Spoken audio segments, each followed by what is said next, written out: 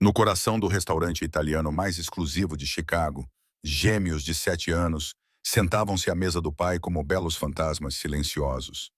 Luca Matteo Marelli brincava com a sua massa intocada, as suas pequenas mãos movendo-se em gestos frustrados que ninguém se preocupava em entender. A sua irmã, Gianna Rose, encostou-se ao banco de couro, lágrimas escorrendo pelo seu rosto angelical, enquanto observava os adultos à sua volta falarem numa língua que ela podia ver, mas nunca ouvir. O pai deles, Leonardo Leo Marelli, impunha respeito em todos os cantos da cidade. O seu império estendia-se pelo submundo de Chicago como uma teia cuidadosamente tecida. Homens com o dobro do seu tamanho afastavam-se quando ele passava, políticos atendiam às suas chamadas. Juízes reconsideravam os seus veredictos. Mas sentado em frente aos seus próprios filhos, vendo-os lutar no seu mundo silencioso, sentia-se mais impotente do que nunca em seus 33 anos. A babá atual, a senhora Patterson, sentava-se rígida ao lado dos gêmeos, com um olhar de desaprovação fixo no comportamento perturbador deles. Ela fazia gestos bruscos e desdenhosos, tratando as tentativas de comunicação deles como um inconveniente a ser resolvido, em vez de palavras a serem ouvidas. Foi então que Marisol Castilho os notou. A empregada de mesa de 28 anos estava a encher copos de água, invisível para os homens poderosos que conduziam os negócios, quando viu algo que lhe parou o coração. Duas crianças a tentar desesperadamente falar numa língua que ninguém se importava em aprender. Sem pensar nas consequências, sem considerar o homem perigoso que era o seu dono, Mary pousou a sua foto e fez algo que mudaria tudo. Ela fez sinais. No momento em que as mãos de Marisol se moveram numa linguagem de sinais fluida e praticada. Todo o restaurante pareceu congelar. Os olhos de Luca arregalaram-se, a sua pequena boca formando o perfeito de surpresa. Gianna parou de chorar instantaneamente, o seu rosto manchado de lágrimas iluminando-se como na manhã de Natal. Olá, lindos, Mari sinalizou com movimentos graciosos e confiantes. Como se chamam? O garfo de Léo Marcel bateu contra o prato. Em 7 anos de paternidade, ele nunca tinha visto seus filhos reagirem assim a alguém. Luca praticamente saltou na cadeira, as mãos voando enquanto respondia em linguagem de sinais animada. Tiana riu de verdade pela primeira vez em meses. Sou Luca, o menino sinalizou com entusiasmo. Esta é a minha irmã, Diana. Tu és mágica? Ninguém mais consegue falar conosco. O coração de Mari apertou-se. Ela ajoelhou-se ao lado da mesa deles, ignorando os olhares chocados de todos os clientes do restaurante. Não sou mágica, querida. Sou apenas alguém que aprendeu a ouvir com as mãos. Por que é que todos estão sempre zangados conosco? As pequenas mãos de Diana moveram-se hesitantes. Nós tentamos ser bons, mas eles não entendem. A pergunta atingiu Mari como um golpe físico. Ela olhou para Leo, vendo-o pela primeira vez, não como o perigoso chefe da máfia sobre o qual todos sussurravam, mas como um pai a ver os seus filhos ganharem vida. Os seus olhos cinza esverdeados revelavam uma mistura de espanto e algo que parecia suspeitosamente desespero. O que ela perguntou? A voz de Léo estava mais áspera do que o normal, mal controlada. Mari hesitou. Ela era apenas uma empregada de mesa do lado errado da cidade, e ele era Leonardo Marelli. Mas ao olhar para aquelas crianças lindas e negligenciadas, ela encontrou coragem. Ela perguntou, por que é que todos estão sempre zangados com eles? Disse Mari suavemente. Eles acham que estão a ser maus quando tentam comunicar. Léo cerrou os dentes. A senhora Patterson mexeu-se desconfortavelmente, com o rosto a ficar vermelho. Sr. Markelly, tenho tentado ensinar-lhes o comportamento adequado. Comportamento adequado. A voz de Mary soou mais acalorada do que ela pretendia. Eles têm 7 anos e estão a tentar falar com o pai. Não há nada de impróprio nisso. O restaurante ficou completamente em silêncio. Todos os olhos estavam voltados para a jovem empregada de mesa latina que acabara de desafiar um dos homens mais poderosos de Chicago. Mari percebeu o seu erro tarde demais. O seu instinto de sobrevivência finalmente entrou em ação.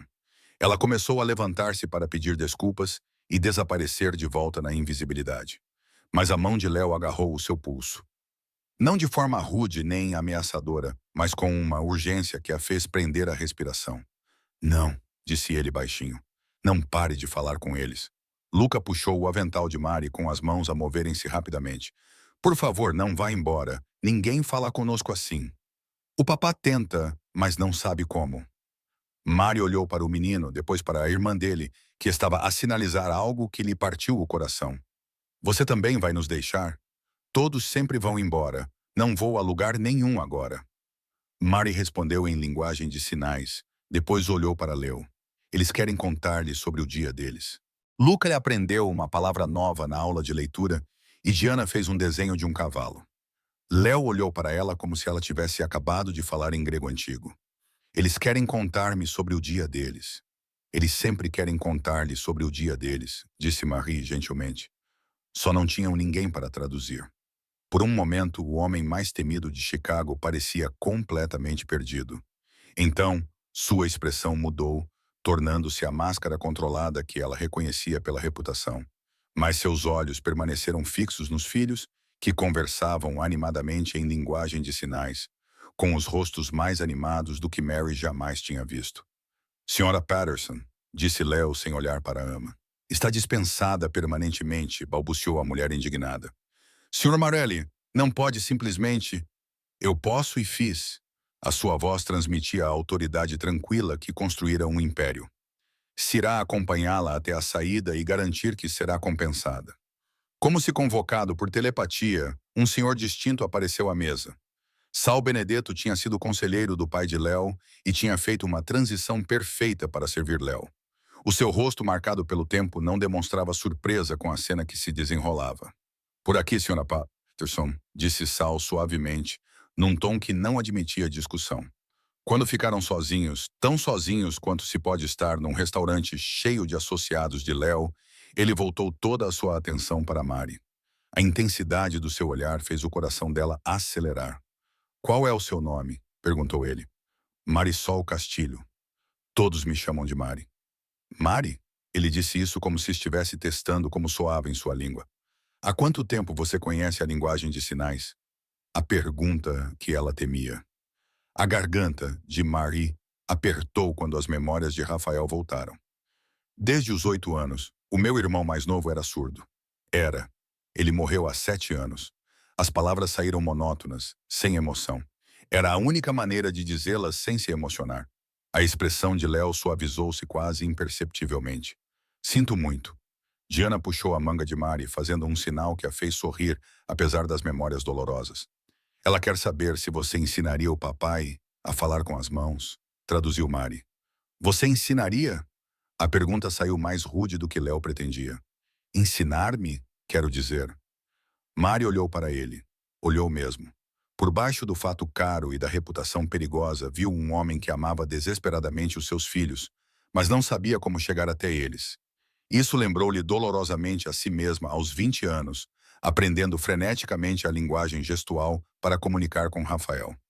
Não é fácil, avisou ela. Leva tempo, prática, paciência. Tenho as 3 coisas quando se trata dos meus filhos. Algo na voz dele a fez acreditar nele.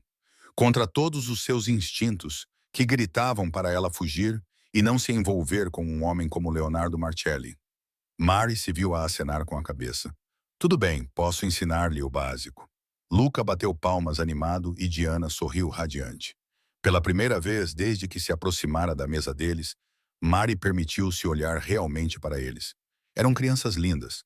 Luca com o cabelo escuro e os olhos travessos do pai, Diana com traços delicados e a sabedoria de uma alma velha.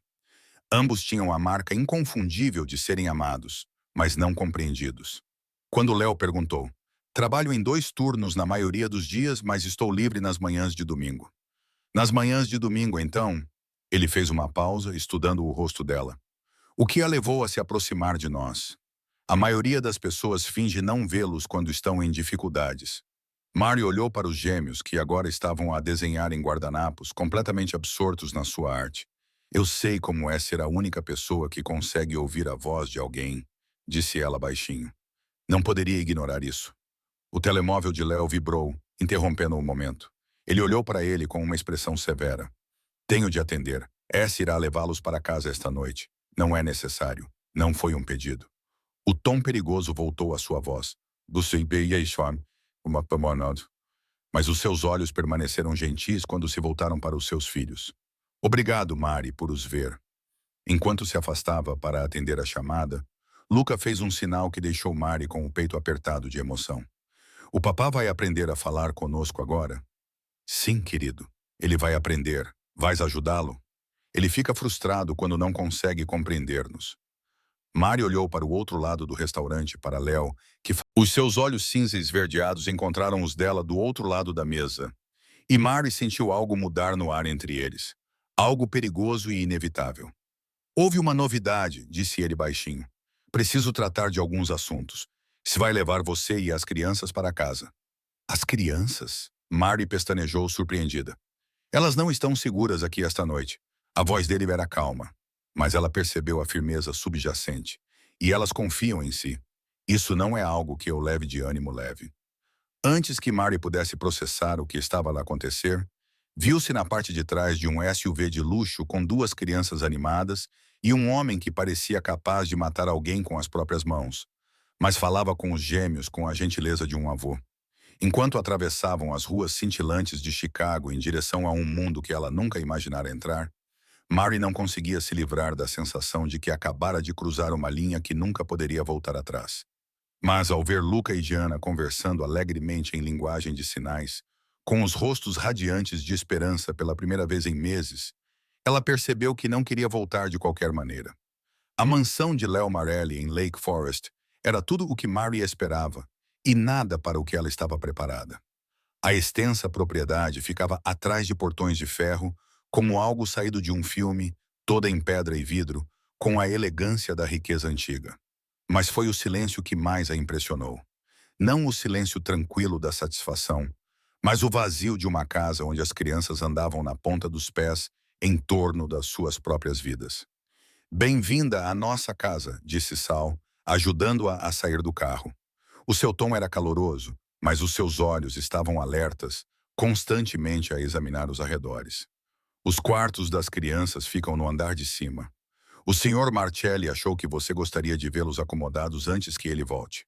Luca e Gianna praticamente vibravam de excitação enquanto conduziam Mari pelos corredores de mármore repletos de obras de arte inestimáveis. As suas pequenas mãos moviam-se constantemente, sinalizando observações sobre tudo o que viam. Esta é a pintura assustadora, Gianna sinalizou, apontando para uma obra renascentista sombria. A Sra. Paula Patterson disse que ela nos daria pesadelos, mas achamos que o homem parece triste, não assustador. E aqui é onde o papá fala com pessoas importantes, Luca lhe acrescentou, gesticulando em direção a uma porta fechada. Não podemos entrar lá quando a porta está fechada. O coração de Mar doía ao ver como eles tinham aprendido a se orientar na própria casa como visitantes. E quando a porta está aberta? Ela perguntou em voz alta, assinando simultaneamente. As duas crianças pareceram surpresas com a pergunta. Nunca pensamos nisso, admitiu Gianna. Os quartos deles ficavam no segundo andar, ligados por uma casa de banho partilhada que era maior do que todo o apartamento de Mar. O quarto de Luca era decorado em tons de azul e cinza, com modelos de aviões pendurados no teto e livros espalhados por toda a superfície. O quarto de Gianna era todo em tons suaves de rosa e branco, com bichos de pelúcia cuidadosamente dispostos na cama e materiais de arte organizados em recipientes arrumados. São quartos lindos, disse Mari, sinalizando enquanto falava. Vocês ajudaram a escolher a decoração? O papai nos deixou escolher as cores. Lucas sinalizou com orgulho. Mas a Sra. Patterson disse que não podíamos ter muitos brinquedos, porque isso nos tornaria mimados. Mari conteve a sua opinião sobre a Sra. Patterson. O que acrescentariam se pudessem ter qualquer coisa? A pergunta abriu as comportas. Luca queria um canto de leitura com almofadas macias, onde pudesse se aconchegar com os seus livros. Gianna sonhava com um cavalete junto à janela, onde pudesse pintar enquanto observava o jardim. Ambos queriam fotos de família, algo que Murray notou estar visivelmente ausente em toda a casa. Por que não perguntamos ao vosso pai sobre essas coisas? Murray sugeriu. Ele está muito ocupado. Gianna assentiu com naturalidade. Homens importantes não têm tempo para cantos de leitura e cavaletes. A aceitação casual em suas pequenas mãos partiu algo no peito de Mar. Querida, você e Lucas são as coisas mais importantes no mundo do seu pai. Ele arranjaria tempo para qualquer coisa que os fizesse felizes. A sério? Os olhos de Lucas se arregalaram de esperança. A sério? Mas vocês têm que dizer a ele o que querem. Ele não consegue ler as vossas mentes, mas também não consegue ler as nossas mãos. Gianna apontou com a lógica de uma criança de 7 anos. É por isso que vou ensiná-lo. E enquanto ele estiver a aprender, vou ajudar a traduzir. As crianças trocaram um olhar que era demasiado adulto para a sua idade. O olhar de duas pessoas que aprenderam a não ter muitas esperanças em coisas que poderiam desapontá-las. Que tal nos prepararmos para dormir? Mari sugeriu. Foi um dia importante. A rotina da hora de dormir revelou mais sobre as suas vidas isoladas. Eram completamente autossuficientes, ajudando-se uns aos outros com os botões e a escovagem dos dentes com a eficiência de crianças que aprenderam a não pedir ajuda. Mas quando Mary se ofereceu para ler uma história, os seus rostos iluminaram-se como se ela lhes tivesse oferecido a lua. Ela estava a meio de Charlotte's Web a sinalizar a história enquanto lia em voz alta, quando Léo apareceu na porta. Ele havia trocado o fato social por jeans escuros e uma camisola preta, mas a tensão nos ombros permanecia. Os seus olhos encontraram primeiro os filhos, absorvendo a atenção deles, depois se voltaram para Mary. A visão dela enrolada entre os filhos, dando vida à história favorita deles numa linguagem que eles podiam entender, atingiu-o como um golpe físico. Por 7 anos, ele os observou viver na sua bolha silenciosa. E numa noite, esta mulher deu-lhes algo que ele nunca tinha sido capaz de dar: comunicação verdadeira. Papá, Diana sinalizou animadamente quando o viu. A Mari está a ler para nós com as mãos. Podemos ver todas as palavras. Leo sentiu um nó na garganta. O que ela disse?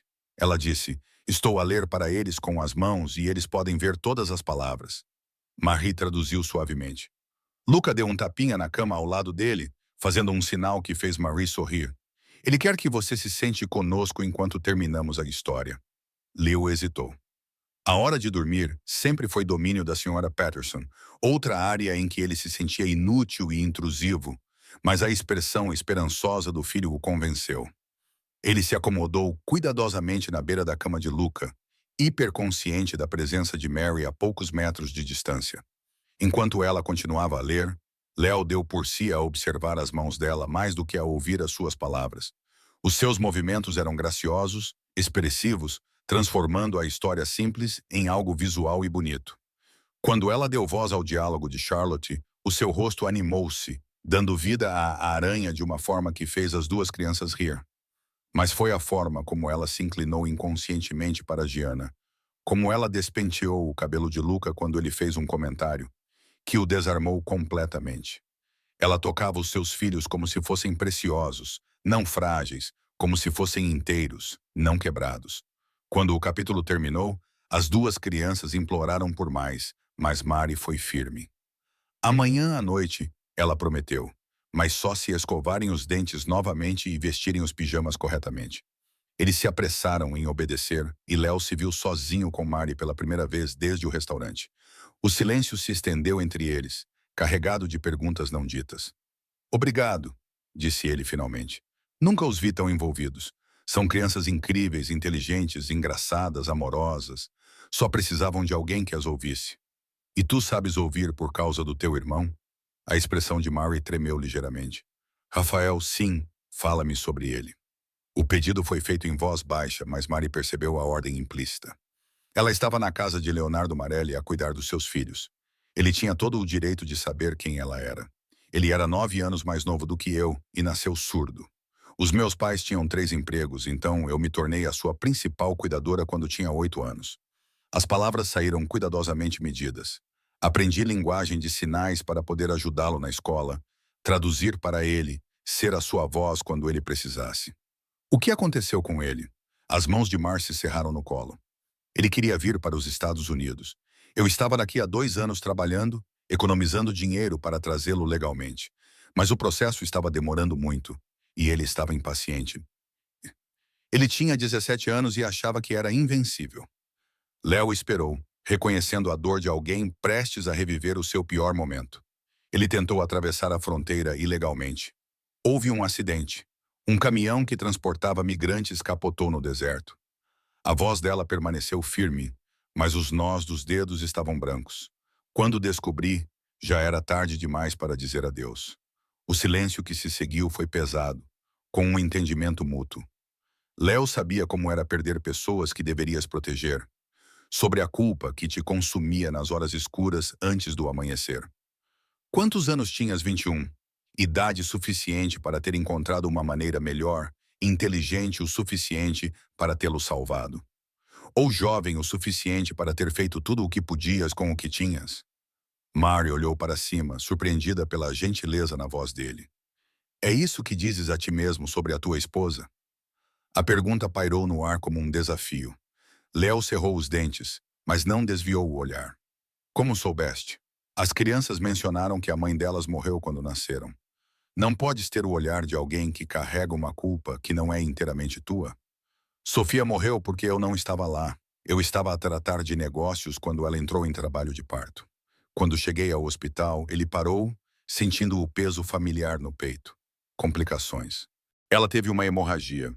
Se eu estivesse lá, se tivesse insistido em médicos melhores, um hospital diferente, ela ainda assim teria morrido. Marie disse baixinho. Algumas coisas acontecem independentemente de quanto poder, dinheiro ou amor investimos nelas. Pareces muito certa disso. Passei 7 anos a aprender a diferença entre culpa e luto. A culpa é produtiva. Faz-te mudar, fazer melhor, proteger o que te resta. A dor é apenas sentir falta de alguém que nunca mais vai voltar. Léo estudou o rosto dela à luz suave do candeeiro. E qual delas te leva a aprender a linguagem de sinais tão perfeitamente que os meus filhos confiam em ti instantaneamente? Ambas. A honestidade surpreendeu os dois. Aprendi para o Rafael, mas continuei a praticar para todas as crianças surdas que eu pudesse encontrar e que precisassem de alguém para ouvi-las. Antes que Léo pudesse responder, Luca apareceu na porta de pijama, fazendo sinais urgentes. Ele diz que a Giana está com medo do amanhã, traduziu Mari. Ela quer saber se ainda estarás aqui quando acordar. Léo olhou para a sua filha, que estava atrás do irmão com incerteza estampada no rosto pequeno. O facto de ela estar a perguntar através de Mari em vez de tentar comunicar diretamente com ele era uma lembrança dolorosa de como eles se tinham afastado. Diga a ela que estarei aqui, disse ele. E diga a ela que vou aprender a falar com as mãos para que ela nunca mais precise se perguntar o que estou a dizer. As mãos de Mary se moveram em uma tradução fluida e o rosto de Diana se transformou em alegria. Ela correu para o pai, jogando os pequenos braços ao redor do pescoço dele, em um abraço que fez seu peito apertar. Amo-te, papá, ela sinalizou contra o ombro dele.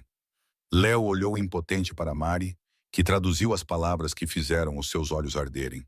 Diga a ela que também a amo, disse ele com aspereza, mais do que todas as estrelas no céu. Enquanto Mari traduzia, Léo percebeu que pela primeira vez em 7 anos, a hora de dormir não parecia um fracasso. Parecia o início de algo que ele nunca ousara esperar, um relacionamento real com os seus filhos. Mas ao ver Mari colocar a sua filha na cama com a naturalidade de alguém nascido para cuidar, ele também percebeu algo muito mais perigoso. Ele estava a começar a precisar dela para mais do que apenas tradução. E no seu mundo, precisar de alguém era a maneira mais rápida de perdê-lo. Na manhã seguinte, Mari acordou num quarto de hóspedes que era maior do que todo o seu apartamento. Momentaneamente desorientada pelos lençóis de algodão egípcio e pela ausência de sirenes fora da janela, a luz do sol entrava pelas janelas do chão ao teto, com vista para jardins bem cuidados que pareciam saídos de uma revista. Uma batida suave interrompeu os seus pensamentos. Entre, mãe, ela chamou, esperando S ou talvez uma das crianças. Em vez disso, Léo entrou pela porta carregando uma bandeja de café da manhã e Mari prendeu a respiração. O intimidador chefe da máfia da noite anterior tinha desaparecido. Este homem usava jeans que se ajustavam ao seu corpo magro e uma camisola cinzenta que enfatizava a largura dos seus ombros.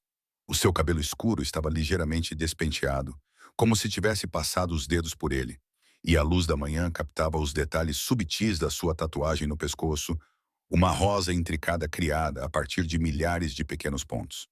Achei que você poderia estar com fome, disse ele, colocando a bandeja na pequena mesa perto da janela. As crianças ainda estão a dormir, mas geralmente acordam às 8. Mari olhou para o relógio. 7h30 da manhã. Não precisavas de me trazer o pequeno almoço. Eu quis trazer. Ele fez uma pausa, os seus olhos cinza esverdeados estudando o rosto dela. Eu também queria falar contigo sobre ontem, sobre o que vai acontecer a seguir. Mari sentou-se, subitamente muito consciente de que estava a usar uma das camisolas largas com que dormia, o cabelo despenteado sobre os ombros. O que queres dizer? Léo foi até a janela, as mãos cruzadas atrás das costas, enquanto olhava para o jardim. As minhas crianças não sorriem há meses. Ontem, não paravam de rir. Dormiram a noite toda sem pesadelos pela primeira vez em semanas. Ele virou-se para ela. Preciso que fiques. Fica. Muda-te para cá. Torna-te a sua cuidadora a tempo inteiro, professora, tradutora, o que quiseres chamar. O coração de Mari batia forte contra as costelas. Senhor Marcelo e Léo. E antes que digas não, deixa-me explicar o que estou a oferecer. Ele aproximou-se e Mari sentiu o seu perfume. Algo caro e masculino que fez o seu coração acelerar. Vou pagar-lhe mais num mês do que ganha num ano no restaurante. Terá a sua própria ala da casa, total privacidade, um carro à sua disposição. As crianças terão os melhores professores particulares, a melhor educação, tudo o que precisam para prosperar. E, em troca, você dá-lhes o que eu não posso dar. Uma voz, compreensão, amor. A última palavra saiu áspera, vulnerável. Ajudas-me a tornar-me o pai que eles merecem.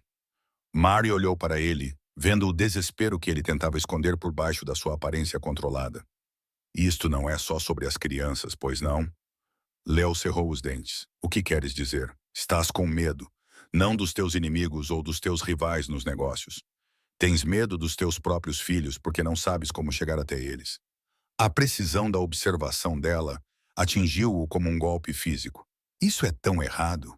Eles são a coisa mais importante no meu mundo, e estou a falhar com eles todos os dias. Não estás a falhar com eles. Estás apenas perdido. A voz de Mari suavizou-se. Mas contratar-me para consertar a tua relação com os teus filhos não é a resposta. Tens que fazer o trabalho sozinho. Então ajude-me a fazer o trabalho. O simples pedido, feito sem o seu tom autoritário habitual, a desarmou completamente. Mari pensou nas mãos animadas de Luca contando histórias que ninguém conseguia entender, nas lágrimas de Diana quando ela pensava que ninguém estava a ouvir. Não posso morar aqui permanentemente, disse ela finalmente. Mas posso ajudá-lo a aprender a linguagem de sinais, a aprender de verdade, não apenas frases básicas. E posso trabalhar com as crianças nas suas habilidades de comunicação, ajudá-las a entender que a surdez não é algo de que se devam envergonhar. Do que precisarias? Tempo, paciência e a promessa de que não desistirás quando ficar frustrante. Leo aproximou-se, perto o suficiente para que Mari pudesse ver os reflexos dourados nos seus olhos cinzentos. Não desisto das coisas que são importantes para mim. A intensidade na sua voz fez-lhe arrepios. As crianças são importantes para ti. Sim. Os olhos dele nunca deixaram os dela. Elas importam. Um estrondo vindo do andar de baixo interrompeu o momento, seguido pelo som de passos a correr e vozes animadas. A expressão de Léo imediatamente mudou para alerta máximo, a mão dele movendo-se instintivamente em direção ao cinto. As crianças, disse Mari, reconhecendo os sons do caos normal da infância, em vez de perigo. Encontraram Luca e Diana na cozinha, cobertos de farinha e tentando fazer panquecas com a ajuda de Rosa, a governanta. Ambas as crianças congelaram quando viram o pai, as suas expressões mudando de alegria para incerteza. Queríamos fazer o pequeno almoço para a Mari, Diana sinalizou hesitante. Estamos em apuros? Léo olhou impotente para Mari, que traduziu com um sorriso gentil. Diga-lhes que não estão em apuros, mas da próxima vez devem pedir ajuda a Rosa antes de começarem a cozinhar. Enquanto Léo repetia as palavras dela em voz alta, Mahur sinalizou a tradução. Os rostos das duas crianças se iluminaram de alívio e entusiasmo. Papai, você está a aprender a nossa língua? Lucas sinalizou ansiosamente. Ele está a tentar, traduziu Mari e então olhou para Léo. Esta é a sua primeira aula. Observe as minhas mãos. Ela sinalizou lentamente, com clareza. Estou a aprender a sua língua porque amo vocês. Léo observou atentamente, depois tentou copiar os seus movimentos. As suas mãos eram grandes, menos graciosas do que as dela, mas ele conseguiu uma versão reconhecível da frase. A reação das crianças foi imediata e avassaladora. Elas lançaram-se sobre ele com gritos de alegria, cobrindo as suas roupas salpicadas de flores com abraços pegajosos. Outra vez, papá, disse Diana em voz alta, com a voz ligeiramente distorcida, mas clara. Repete. Léo olhou para Mary surpreendido. Ela falou. Ela consegue falar, explicou Mary. Muitas crianças surdas conseguem, especialmente se tinham alguma audição antes de a perderem, mas muitas vezes não o fazem porque não conseguem controlar o seu próprio volume ou pronúncia. Quando está entusiasmada ou emocionada, ela esquece-se de ser autoconsciente. Léo ajoelhou-se ao nível da filha, repetindo a frase com mais confiança. Giana bateu palmas e falou novamente. Também te amo, papá. As palavras imperfeitas, mas sinceras, abriram algo no peito de Léo. Ele puxou as duas crianças para perto, enterrando o rosto nos cabelos delas, enquanto as emoções que mantinha reprimidas há anos ameaçavam dominá-lo. Mary observava a cena com lágrimas nos olhos, pensando em Rafael e em todos os momentos como este que nunca teriam. Mas, em vez da dor esmagadora de sempre, ela sentiu algo mais leve. Esperança, talvez, ou propósito. Mary, a voz de Léo, estava áspera quando ele olhou para ela. Fique, por favor. Não como funcionária, mas como família. A palavra pairou no ar entre eles, carregada de possibilidades e perigos. Mar olhou para as crianças, que a observavam com expressões idênticas de esperança. Depois olhou para Léo, cujos olhos cinzentos revelavam uma vulnerabilidade que a deixou sem fôlego. Vou ficar, disse ela baixinho. Por eles. Mas mesmo enquanto dizia isso, Mari sabia que estava a mentir para si mesma. Ela estava a ficar por ele também, por aquele homem quebrado que amava desesperadamente os seus filhos, mas não sabia como demonstrar isso. Pela maneira como os seus olhos se suavizavam quando olhava para eles, pela maneira como a sua voz se tornava mais gentil quando dizia os nomes deles. Ela ficava porque Leonardo Marelli não era nada parecido com o monstro que ela esperava. E era tudo parecido com o homem que ela nunca pensou que encontraria. E isso a aterrorizava mais do que qualquer perigo que o mundo dele pudesse conter. Como se convocado pelos seus pensamentos, S apareceu na porta da cozinha, com uma expressão severa. Leo, precisamos de conversar agora. A temperatura na sala pareceu cair 10 degrees.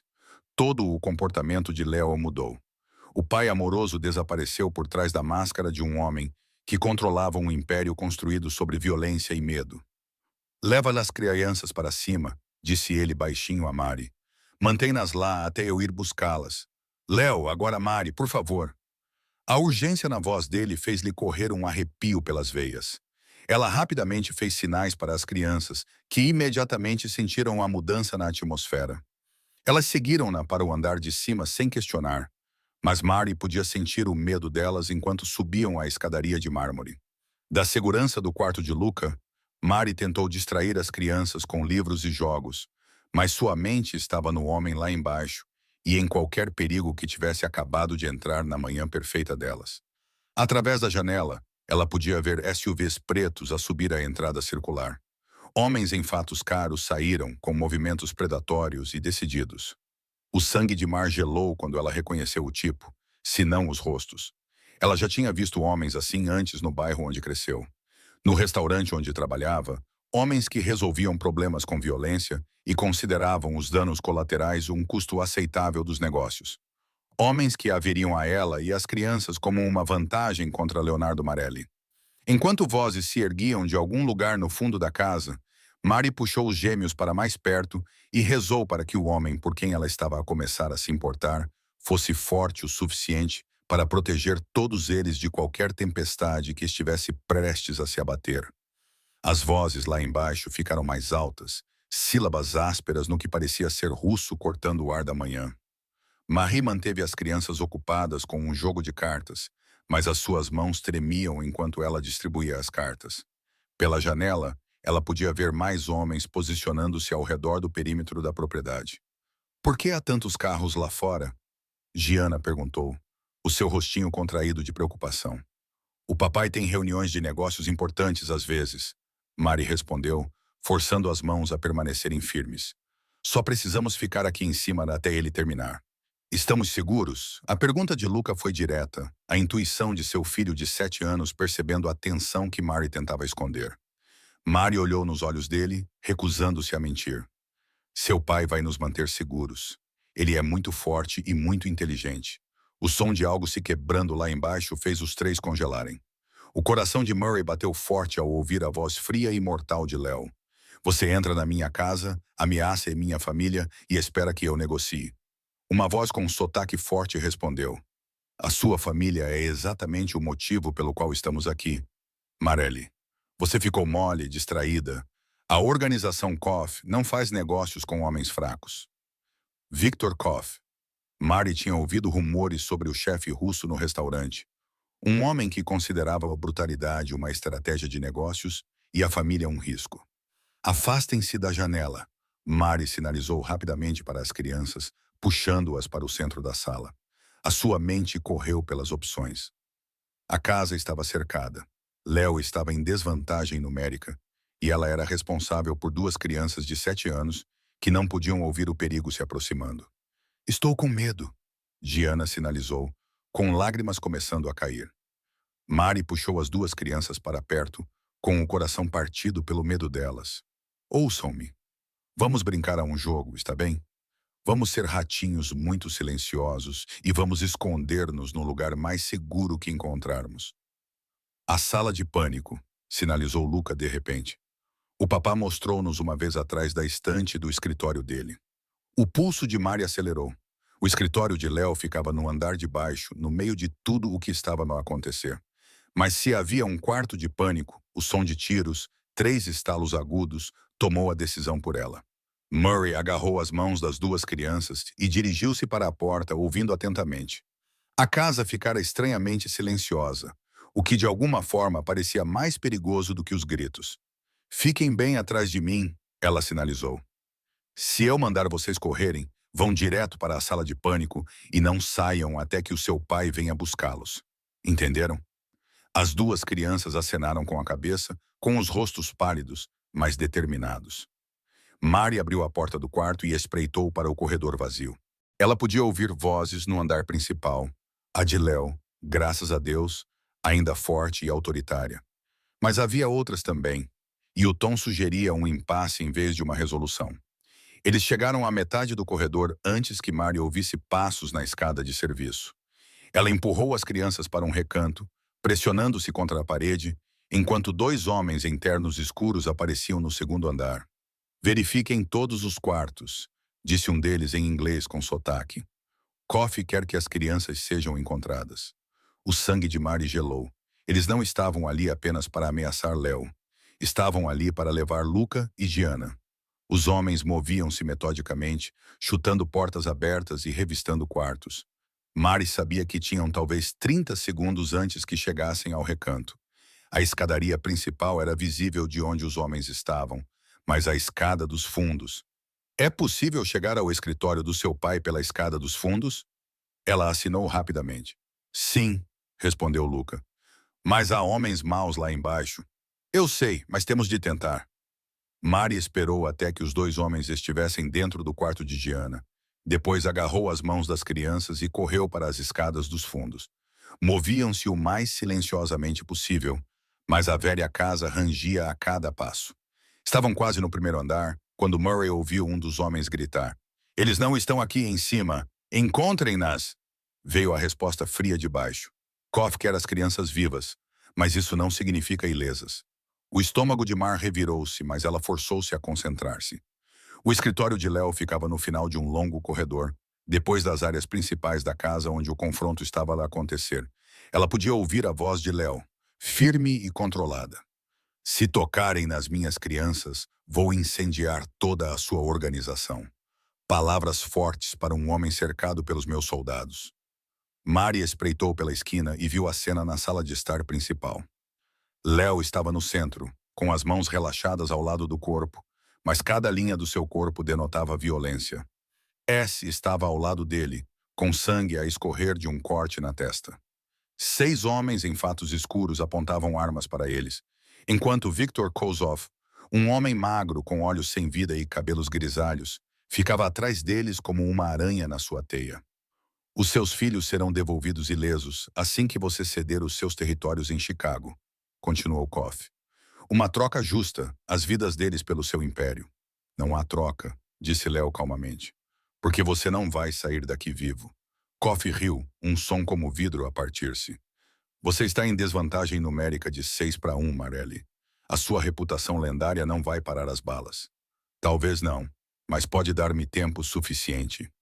Mary viu a mão de Léo mover-se quase imperceptivelmente em direção ao seu casaco e percebeu que ele estava prestes a iniciar um tiroteio na sua própria sala de estar, com os seus filhos na casa e ela responsável por mantê-los em segurança. Ela tomou uma decisão que a assombraria para sempre. Entrando no corredor com as 2 crianças atrás dela, Mary gritou: "Senhor Koff, acho que está à nossa procura." Todas as cabeças se viraram para ela. O rosto de Léo ficou pálido de fúria e medo. "Mary, tire-os daqui agora." "Receio não poder fazer isso", disse Clove, os seus olhos mortos iluminando-se de satisfação.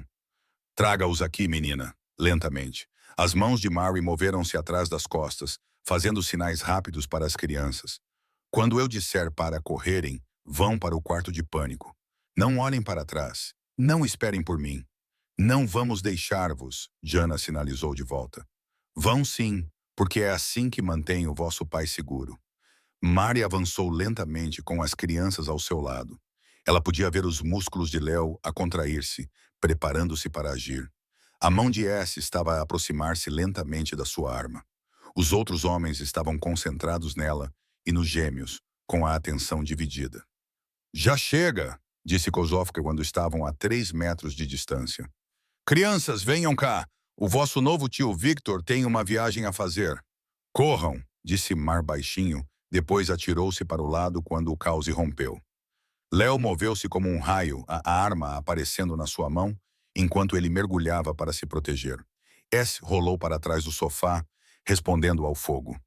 Mary bateu com força no chão, rastejando em direção às crianças que estavam paralisadas de medo. "Vão", sinalizou ela desesperadamente. Agora, Luca agarrou a mão da irmã e eles correram, desaparecendo pelo corredor enquanto as balas voavam sobre as suas cabeças. Mary tentou segui-los, mas uma mão agarrou o seu tornozelo, arrastando-a para trás. O pequeno tradutor. A voz de Clove estava calma, apesar dos tiros à sua volta. "Serás uma boa garantia." Mary sentiu o cano frio de uma arma contra a sua têmpora, no momento em que a voz de Léo cortou o caos. "Solta-a, Clove. Isto é entre nós."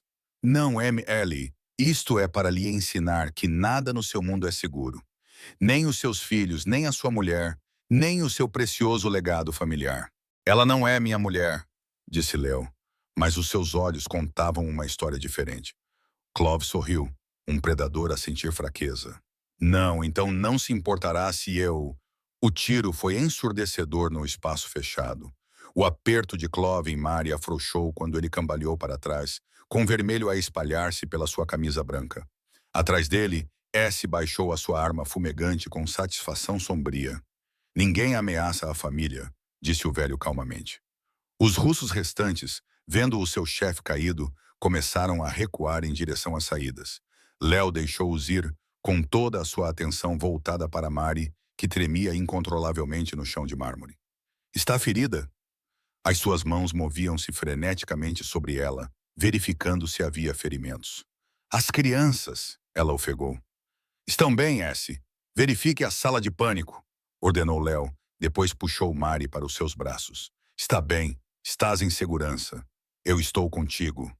Mas enquanto Mary se agarrava a ele, respirando o seu cheiro familiar e sentindo o seu coração a bater contra o seu peito, percebeu que segurança era um termo relativo. Porque algures entre o terror e os tiros, entre vê-lo arriscar tudo para proteger os seus filhos e sentir o seu alívio desesperado quando ela estava ilesa, Mary tinha se apaixonado completamente por Leonardo Marelli. E no mundo dele, o amor era a arma mais perigosa de todas. O rescaldo da violência era sempre mais silencioso do que a própria violência. Mary sentou-se no escritório de Léo, com um cobertor enrolado nos ombros. observando-o andar de um lado para o outro como um predador enjaulado, enquanto S coordenava a limpeza. As crianças estavam seguras na sala de pânico, mas Léo recusou-se a deixá-las sair até que todos os vestígios dos acontecimentos da manhã fossem apagados. 6 homens, disse Léo ao telefone, com uma voz mortalmente calma. Eles entraram na minha casa, ameaçaram as minhas crianças e apontaram uma arma à cabeça dela. Quero todas as operações da Kosoff em Chicago destruídas até a meia-noite. Mary observou-o a trabalhar, vendo pela primeira vez o homem por trás do pai. Este era Leonardo Marcelli no seu elemento, frio, calculista, absolutamente implacável quando se tratava de proteger o que era seu. A transformação deveria tê-la aterrorizado. Em vez disso, fez o seu coração acelerar com algo que parecia perigosamente com desejo. Senhor, um dos homens de Léo apareceu na porta. A casa está segura. Não há baixas do nosso lado. O corpo de Clove foi tratado. Ótimo! Duplique a segurança. Quero olhos em todas as aproximações a esta propriedade. O olhar de Léo encontrou Mary. E traga o Dr. Reeves aqui para examinar a Sra. Castillo e as crianças. Não é necessário, protestou Mary. Estou bem. Léo atravessou a sala em 3 passos, ajoelhando-se ao lado da cadeira dela, as mãos dele emoldurando gentilmente o rosto dela, os polegares dele roçando as maçãs do rosto dela. Tinha uma arma apontada à sua cabeça, Mary. Não está bem. A ternura do toque dele, em contraste com a violência que acabara de orquestrar, fez com que ela prendesse a respiração. Eu sabia que não o deixaria magoar-me. Não podia saber que eu estava em desvantagem numérica, em desvantagem em termos de armas, mas não em desvantagem em termos de capacidade. A mão de Mary cobriu a dele. Tu terias encontrado uma maneira. Tu sempre encontras uma maneira quando se trata de proteger a tua família. A minha família? Os olhos de Léo escureceram. É isso que tu és agora? A pergunta pairou entre eles, carregada de implicações que fizeram o coração de Mary acelerar. Antes que ela pudesse responder, o som de pequenos punhos batendo na porta escondida interrompeu-os. Papá! A voz abafada de Diana atravessou a parede. Queremos sair. A Maria está bem? Léo levantou-se relutante, ativando o mecanismo que abria o painel oculto. As 2 crianças saíram a correr, lançando-se nos braços de Mary com abraços desesperados. Ouvimos barulhos altos, sinalizou Lucas freneticamente. Estás ferida? Os homens maus foram embora? Estou perfeitamente segura, Maria assegurou-lhes, fazendo sinais por cima das suas cabeças para incluir Léo na conversa. O teu pai certificou-se disso. O papai é o homem mais forte do mundo, declarou Diana com a certeza de uma criança de 7 anos. Ele pode proteger qualquer pessoa. A garganta de Léo apertou-se ao ver Mary traduzir a fé que a sua filha tinha nele. Durante 7 anos, ele sentiu-se um fracasso como pai. Mas ao ver a confiança absoluta dos seus filhos, a certeza deles de que ele os manteria em segurança, algo mudou no seu peito. Diz-lhes, disse ele baixinho, que eu sempre protegerei a nossa família. Todos nós. As mãos de Mary pararam no meio da tradução. Léo, diz-lhes. Os dedos de Mary moveram-se lentamente, transmitindo não apenas as palavras, mas o peso por trás delas. As 2 crianças sorriram, mas foi a resposta de Diana que os comoveu. Isso significa que a Mary vai ficar para sempre? Como uma mãe de verdade? A pergunta inocente atingiu-os como um golpe físico. O rosto de Mary empalideceu e Léo sentiu algo rachar no seu peito. Ele ajoelhou-se ao lado da filha, sinalizando cuidadosamente. Vocês gostariam que a Mary ficasse para sempre? Sim, as 2 crianças sinalizaram com entusiasmo. Nós a amamos, e você também a ama. Podemos ver isso nos seus olhos quando olha para ela. Da boca das crianças. Léo olhou para Mary, que estava a olhar para as crianças com uma expressão de admiração e terror. O que é que elas disseram? Ele perguntou suavemente. A voz de Mary era quase um sussurro. Elas disseram que podem ver que tu me amas. Nos teus olhos. A admissão pairou no ar entre eles, perigosa e inevitável. Léo levantou-se lentamente, sem tirar os olhos do rosto de Mary. E o que é que tu vês quando olhas para mim? Mary prendeu a respiração. Ela viu tudo. O homem perigoso que comandava um império. O pai dedicado que morreria por seus filhos. A viúva abatida que está a aprender a amar novamente. Ela viu o seu futuro, aterrorizante e belo, e completamente diferente de tudo o que ela jamais imaginara para si mesma. Eu vejo um lar, ela sussurrou. Léo atravessou a sala em 2 passadas, suas mãos emaranhando-se nos cabelos dela enquanto a puxava contra si. Mary, eu sei o que você é, ela disse rapidamente. Sei como é o teu mundo. Conheço os perigos, a violência, a incerteza. Devia fugir, devia pegar nas crianças e desaparecer para onde os teus inimigos não nos encontrassem. Mas não posso, porque essas crianças precisam de mim e eu... Ela respirou trêmula. Preciso de ti, de todos vocês. Vocês também se tornaram minha família. O controle de Léo, lendário nos negócios e na guerra, rachou completamente. Ele a beijou com 7 anos de solidão, com o desespero de um homem que pensava ter perdido tudo o que importava, com a possessividade feroz de alguém que finalmente encontrou algo que vale a pena proteger acima de tudo. Mary derreteu-se nele, as mãos apertando a camisa dele enquanto o beijava com igual desespero. Ela tinha gosto de esperança e lar e tudo em que ele tinha deixado de acreditar depois que Sofia morreu. Ah! A voz de Luca rompeu a névoa entre eles. Estão a beijar-se? Isso é nojento. Eles se separaram, respirando com dificuldade, e viram as 2 crianças a observar com expressões idênticas de alegria e repulsa. Isso significa que vocês vão se casar? Gianna sinalizou esperançosa. Porque assim seríamos realmente uma família. Léo olhou para Mary, vendo os seus próprios pensamentos refletidos nos olhos escuros dela. Eles se conheciam há menos de 48 horas, mas, no seu mundo, o tempo era um luxo e a certeza era rara. Ele construíra um império ao ler as pessoas com rapidez e precisão. E tudo nele dizia que Marisol Castilho era a peça que faltava e que ele procurava. O que achas? Perguntou-lhe ele baixinho. Pronta para ser uma Marelli. Mary pensou em Rafael, que morrera ao tentar alcançar o sonho americano. Ela pensou nas crianças assustadas e solitárias que encontraram a sua voz através das suas mãos. Pensou no homem que matou para protegê-la e agora lhe oferecia tudo o que tinha. Pede-me como deve ser, disse ela, com o coração a bater forte. O sorriso de Léo era suave e devastador. Ele ajoelhou-se ali mesmo no seu escritório, segurando as mãos dela nas suas. Marisol Castilho, queres casar comigo? Queres ser minha esposa, a mãe dos meus filhos, minha parceira em tudo? Queres ajudar-me a construir uma família mais forte do que qualquer império? As crianças prenderam a respiração, observando com olhos arregalados enquanto Mary olhava para aquele homem poderoso, perigoso e bonito que lhe oferecia o mundo. Sim, sussurrou ela, depois mais alto. Sim, quero casar contigo. As crianças explodiram em aplausos, expressando a sua emoção tão rapidamente que Mary não conseguia acompanhar. Leo levantou-se e beijou-a novamente, desta vez com mais suavidade, selando uma promessa que mudaria a vida de todos. Eu amo-te, murmurou ele contra os lábios dela. Sei que é rápido, sei que é loucura. Eu também te amo, interrompeu Mary. E sim, é completamente louco, mas tudo o resto nesta situação também é. Sem arrependimentos? Mary olhou ao redor do escritório onde quase morrera, para as crianças que se tornaram suas em um dia. Para o homem que virou o seu mundo de cabeça para baixo e de alguma forma fez com que tudo parecesse certo. Sem arrependimentos, disse ela com firmeza. Só me prometa uma coisa. Qualquer coisa. Prometa-me que vamos ensiná-los que o amor não é algo a se temer, que vale a pena lutar pela família, que às vezes as coisas mais bonitas vêm dos lugares mais inesperados. Leo apertou-a nos braços. Prometo que vamos ensinar isso juntos. Quando S apareceu na porta com a notícia de que o último membro da organização COS tinha sido neutralizado, Mary percebeu que tinha encontrado algo que nunca imaginara ser possível. Um amor que valia qualquer risco, uma família que valia qualquer sacrifício e um futuro que finalmente era só dela. Os gêmeos surdos do chefe da máfia não eram mais ignorados por todos.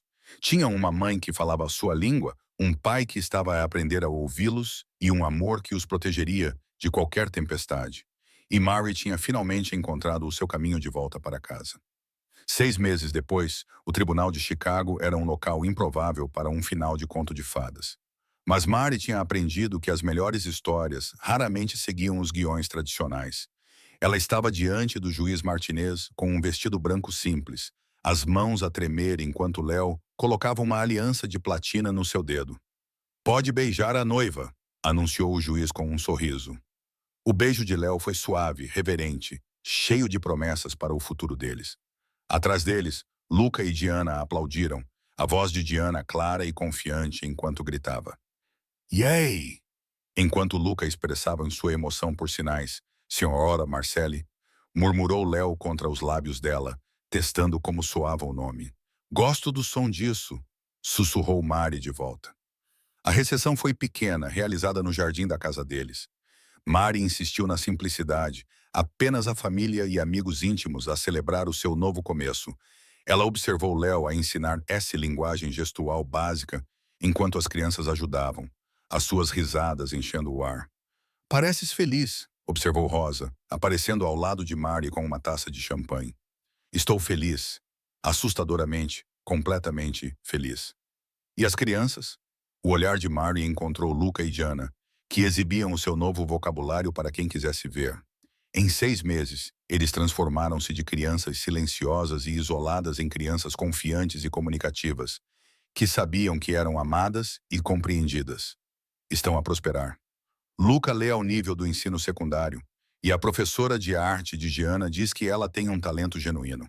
Mais importante ainda, elas acreditam que as suas vozes são importantes e confiam no pai. Mari sorriu quando Léo a viu do outro lado do jardim, com uma expressão suave de amor e satisfação. Ele aprendeu que a força não tem a ver com controlo, tem a ver com conexão. Agora ele consegue ter conversas completas com elas. Na semana passada, Diana contou-lhe sobre um menino na escola que estava a provocá-la. E Léo lidou com a situação como qualquer pai normal faria, ameaçando a família do menino. Rosa perguntou divertida. Falando com a professora e marcando um encontro para as crianças brincarem e se tornarem amigas. Murray corrigiu. Embora eu suspeite que o pai do rapaz tenha recebido um telefonema muito educado, mas assustador, como se sentisse a conversa deles, Léo aproximou-se com as 2 crianças a reboque. Luca imediatamente começou a fazer sinais para Mari sobre o bolo, enquanto Diana puxava o vestido da sua nova mãe. Mamã, disse Diana em voz alta, as palavras ainda novas e preciosas. O papá diz que podemos ter uma lua de mel de verdade quando a escola acabar. Vais levar-nos a algum lugar com praia? O coração de Mary se enchia de alegria cada vez que as crianças a chamavam de mamã. Tudo começou timidamente algumas semanas após o noivado, e agora parecia tão natural quanto respirar. Onde quer que vocês queiram ir, queridos, Mari respondeu, fazendo sinais enquanto falava. Contanto que estejamos todos juntos. Para sempre e sempre, Lucas sinalizou esperançoso. Para sempre e sempre, Mari confirmou. Léo passou o braço pela cintura dela, puxando-a para si. Sem arrependimento, senhora Marcelli. Mari olhou à sua volta para a pequena celebração perfeita. Para as crianças que eram amadas e compreendidas, para um homem que tinha aprendido que o maior poder vinha da vulnerabilidade, não da violência, para um futuro brilhante de possibilidades. Sem arrependimentos, disse Marie, encostando-se ao calor do marido. Apenas gratidão. Enquanto o sol se punha sobre Chicago, pintando o céu em tons de dourado e rosa, a família Marcelli estava reunida no seu jardim. O império de Léo ainda existia. Já Samarreno existia, mas já não o definia. Ele era primeiro pai, depois marido e só chefe quando necessário. Os filhos ensinaram a ambos que o amor não tinha a ver com perfeição. Tinha a ver com estar presente, aprender a ouvir e nunca desistir um do outro. As mãos de Mar deram-lhes uma voz, mas os seus corações deram-lhe um lar. À distância, a cidade fervilhava de vida e possibilidades. Mas ali, naquele momento, rodeada pela família, com que nunca ousara sonhar, Mary sabia que estava exatamente onde pertencia. Eu amo a nossa família, Diana sinalizou, as suas pequenas mãos movendo-se com confiança. Eu também, Luca acrescentou. Somos perfeitos juntos. Léo olhou para a sua esposa, os seus filhos, o seu mundo completo. Sim, ele disse em voz alta enquanto sinalizava as palavras. Somos perfeitos juntos. E pela primeira vez na vida, Leonardo Marelli acreditou em finais felizes.